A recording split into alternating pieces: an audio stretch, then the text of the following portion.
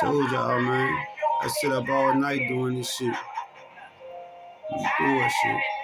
Tired as a bitch. Goddamn, keep smoking the thrax and stay awake.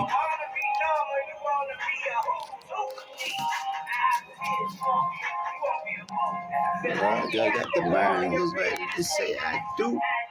I feel you. Alright, so come down my nigga Boosie Boo, man. Alright, so what I was last say. Okay, so when I get locked up for my case, I get locked up January 2016, January 19th.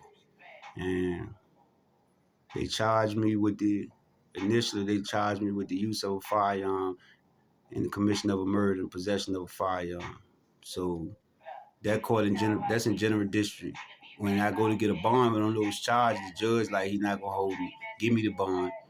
Was giving me a bond, but they came back. The Commonwealth in that case called over to their office to their boss and tell them they were ready to release me on a bond, and they directly indict me. You know what I'm saying? So all this is just off of this girl, which is the victim's sister, saying I shot him, and she saw him shoot him. That's it.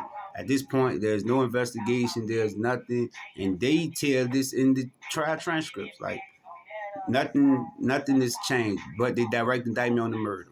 You know what I'm saying? So to keep me from getting out, I got both of those cases in the use and the possession in General District. Then I got the use and possession in the murder in Circuit Court. So they set my trial date the end of January 29th, not even 10, 11 days after I was locked up. I had a trial date for May 22nd. That fast. Got a trial date, literally. So I'm down in jail, you know what I'm saying? I got court-appointed counselor, Jonathan O'Connor, which I went home 7 months off probation violations and some dumb domestic shit with my baby mama and her sister. Goddamn. And I had this nigga as my court-appointed lawyer. So he ain't really do nothing in that case because they ain't coming to court and all that shit. Like, but, you know what I'm saying? Him coming to see me when I was, you know what I'm saying, down in jail and shit. Like, he seen me. I had niggas that was supposed to be my niggas said they was getting me a lawyer, you know what I'm saying? So nigga even send the lawyer down there, David Well. He come down to jail. He tell me he represented me, like he's been retained.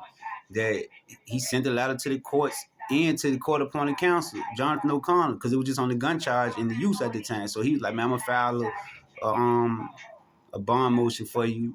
You know what I'm saying? I said, like, man, you know, the thought process, like, we know these hold charges, so we not gonna let them drag you down there because they'll keep you down there 5-6 months on the hold charge. While they doing the investigation, did it come to the point where we gonna let you, it ain't no evidence, it ain't, you know what I'm saying, substantiate, let you go.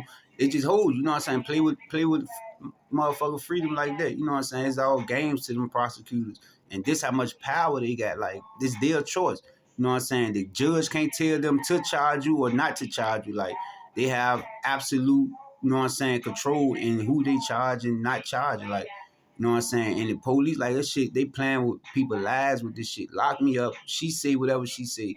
They run it back, though. This is the crazy thing about it. And I'm starting to put the pieces together. All right, I'm in the club. We in the club. You know what I'm saying? All right, I didn't shoot him. I wasn't near him when he got shot. And that's that. You know what I'm saying? It's not my job to try to figure out who did it. None of that. You know what I'm saying? Whatever reason this girl said she saw me do it and she didn't do it, whatever. I can't think what's in her head to explain why she's on the line. You know what I'm saying? At the end of the day, I know I ain't shoot him, and that's all I stood on. You know what I'm saying? This whatever they made it look like what I was doing in the club and all that, it fit to what she was saying, but it really didn't. Because if your witness, right in that moment after he gets shot, she supposedly come in contact with the police. You know what I'm saying? And this is documented. An officer talked to her, a female officer talked to her at the club, and is an email sent to the lead detective, but the names are blacked out. I go to trial not knowing this her. I'm at my trial. Why my lawyer is up and about doing whatever. His partner assisting him in the trial sitting beside me, and I'm explaining things from my knowledge to what I know versus what they trying to say. And I did. I'm like, hell no, this is a lie, blah, blah, blah. You know what I'm saying? So I'm telling them certain shit.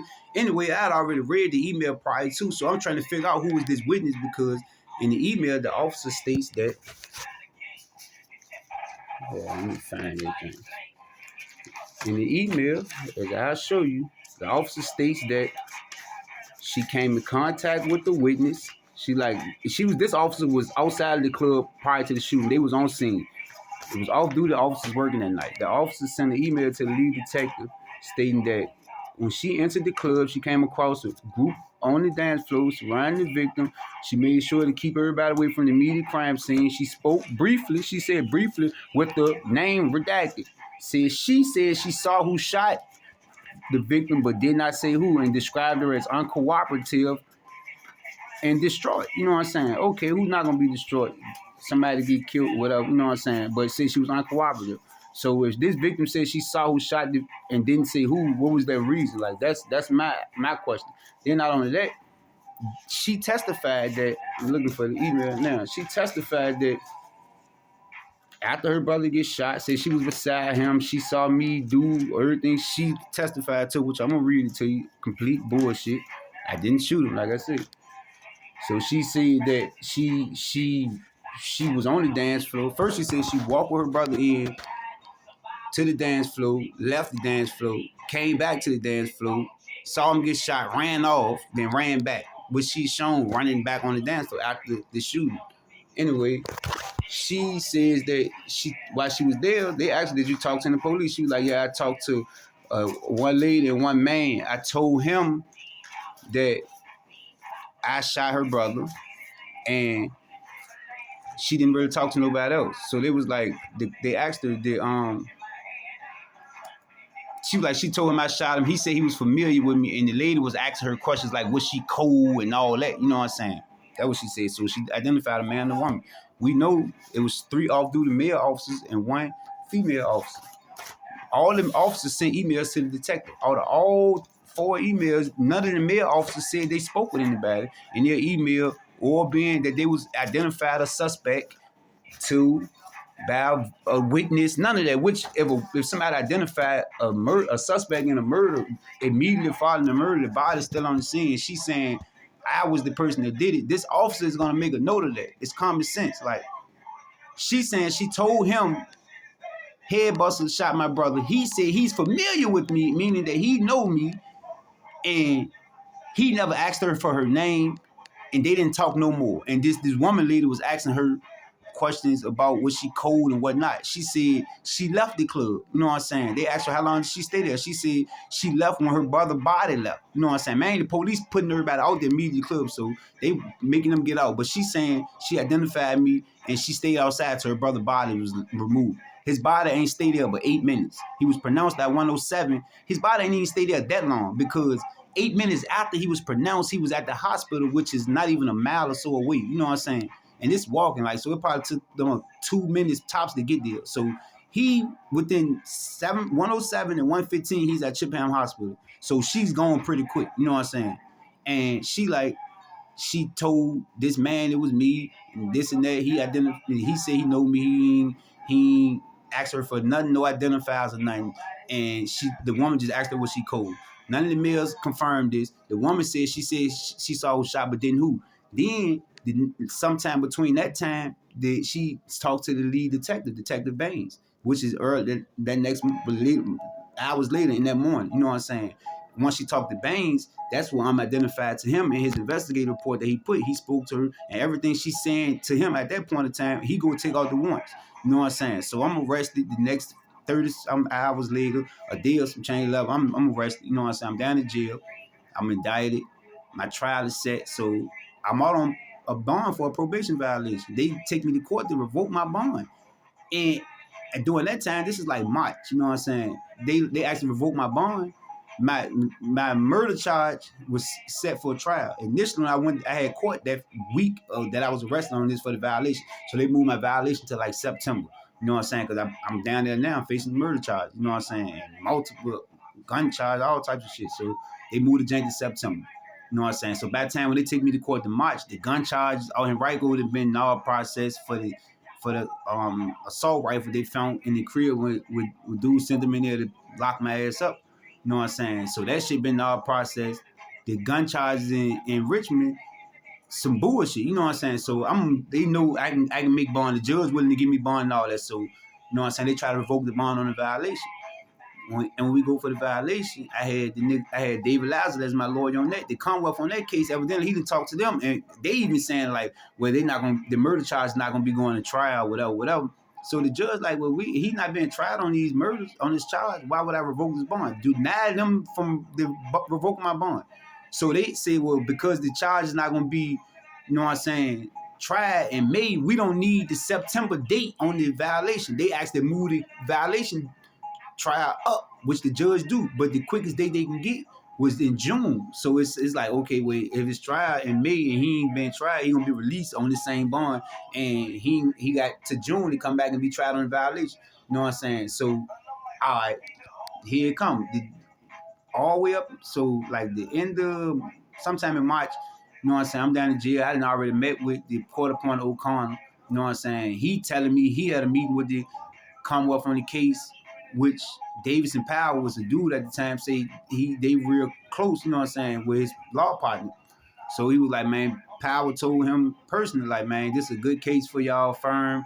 The Travell Harvey case is no evidence, is one eyewitness. This is what my lawyer tell me. The Commonwealth tell me, it's one eyewitness, and we know she's lying. This is exactly what my lawyer tell me, that the Commonwealth on my case told him. We know she's lying, and we not gonna try the case. You know what I'm saying? So much so, this in March, right around that time, when they took the day I went to court for my revocation, for them to revoke the bond on the violation, the news come on. I had been locked up about January, February, March. I've been locked up, you know what I'm saying, a couple months now. They come on the news with a Crime Stopper reward, asking for information. I'm already charged. Crime Stoppers usually to find out who a suspect is or to find a wanted person.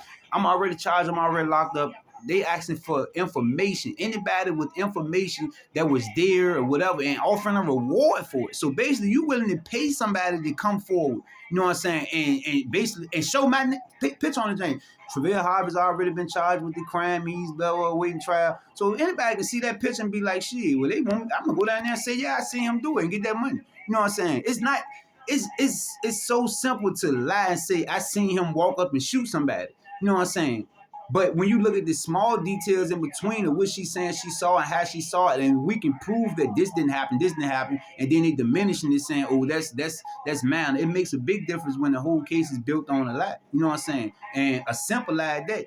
But it's proven that she's not there with what I'm gonna show you. And they know this, and the Commonwealth knew it, which is why he was on our process.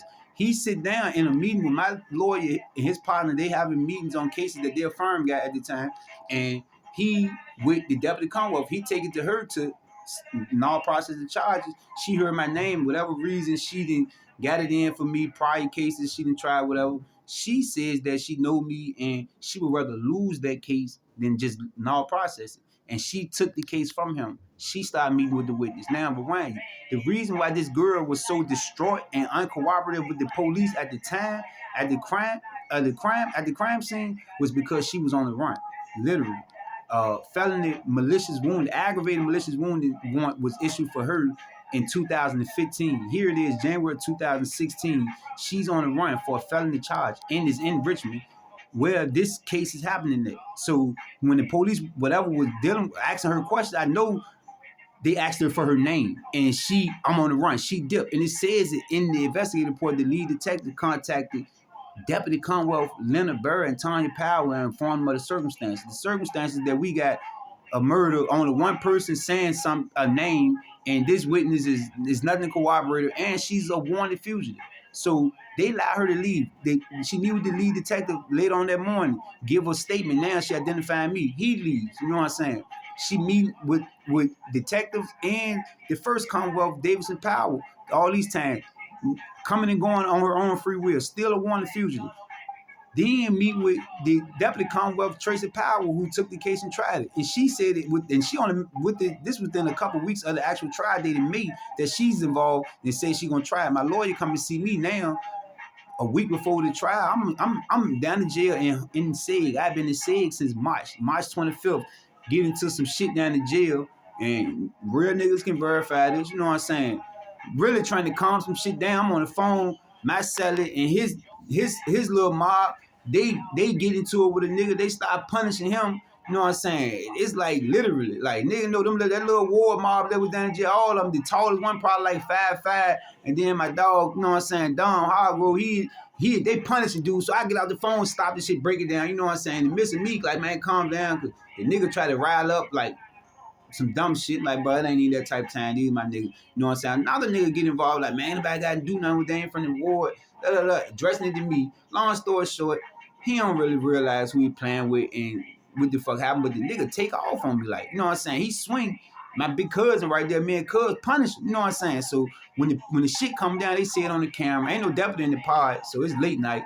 They come in, lock the bitch down. Next day, they run the camera back, pick her back. I'm thinking I'm ready to ski. One bitch ass nigga so happened to see me. Well, that's Harvey. You know what I'm saying? Because my nigga worked down in jail. Nigga, I grew up with. He a deputy. He been seen me. He told me, like, bro, I seen you from the jump.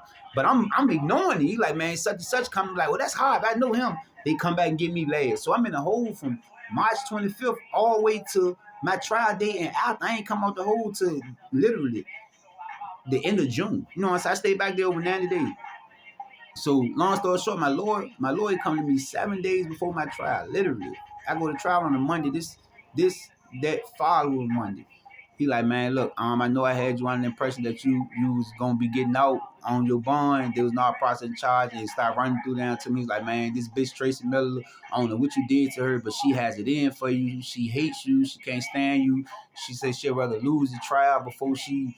You know what I'm saying? And all process it. And I'm like, man, so, man, the whole time from the jump, I'm telling him, because he's just saying they only is a one eyewitness case. He don't know a name or none of that. I'm telling him who the witness is because I done heard things that I heard. You know, shit, people talk. I'm getting it from her actual family, though. You know what I'm saying? Like, her people's is my people's people. You know what I'm saying? So it's word getting back to me that they going around asking people to come to court and lie and say they seen me do it.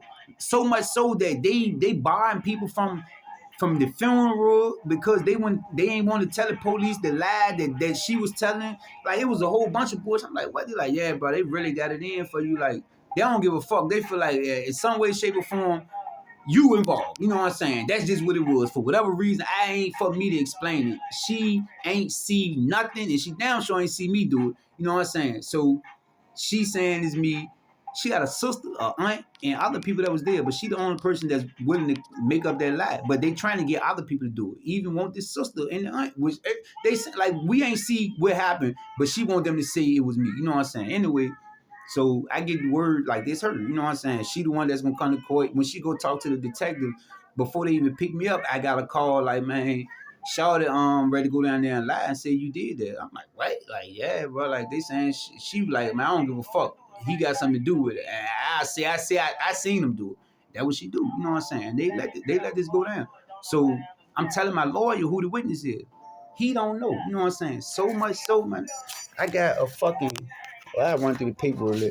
I got my lawyer, like a little synopsis of the trial that he come down there with like that over that weekend, like 2 days before the trial. He done typed up everything we had been talking about. We ain't had no preparation about going to trial. This whole time he seen me, he met with me twice when I first got him. When we went for the bond, you know what I'm saying? And then when I had the meeting when he brought me the motion back in March, I was in a meeting with him when they called me for court to go take me on the bond, to revoke my bond on the violation. He was bringing me the motion to discover evidence that he got and shit, you know what I'm saying? And I pressed for that, but they ain't want to give it to me. This is how they ready to trick him. I'm asking for my motion evidence, everything in discovery. They saying we not trying the case and say this in open court, so we feel as though we ain't got to turn over no evidence. I had to make my lawyer tell him, nah, look, I ain't no dummy. File a motion to compel them to turn over that discovery. The judge get them a deadline. They ain't meet it. So when they file a motion to compel, Davis Powell turned over everything in discovery. It's redacted and all. They like redacting it for identity. It's okay.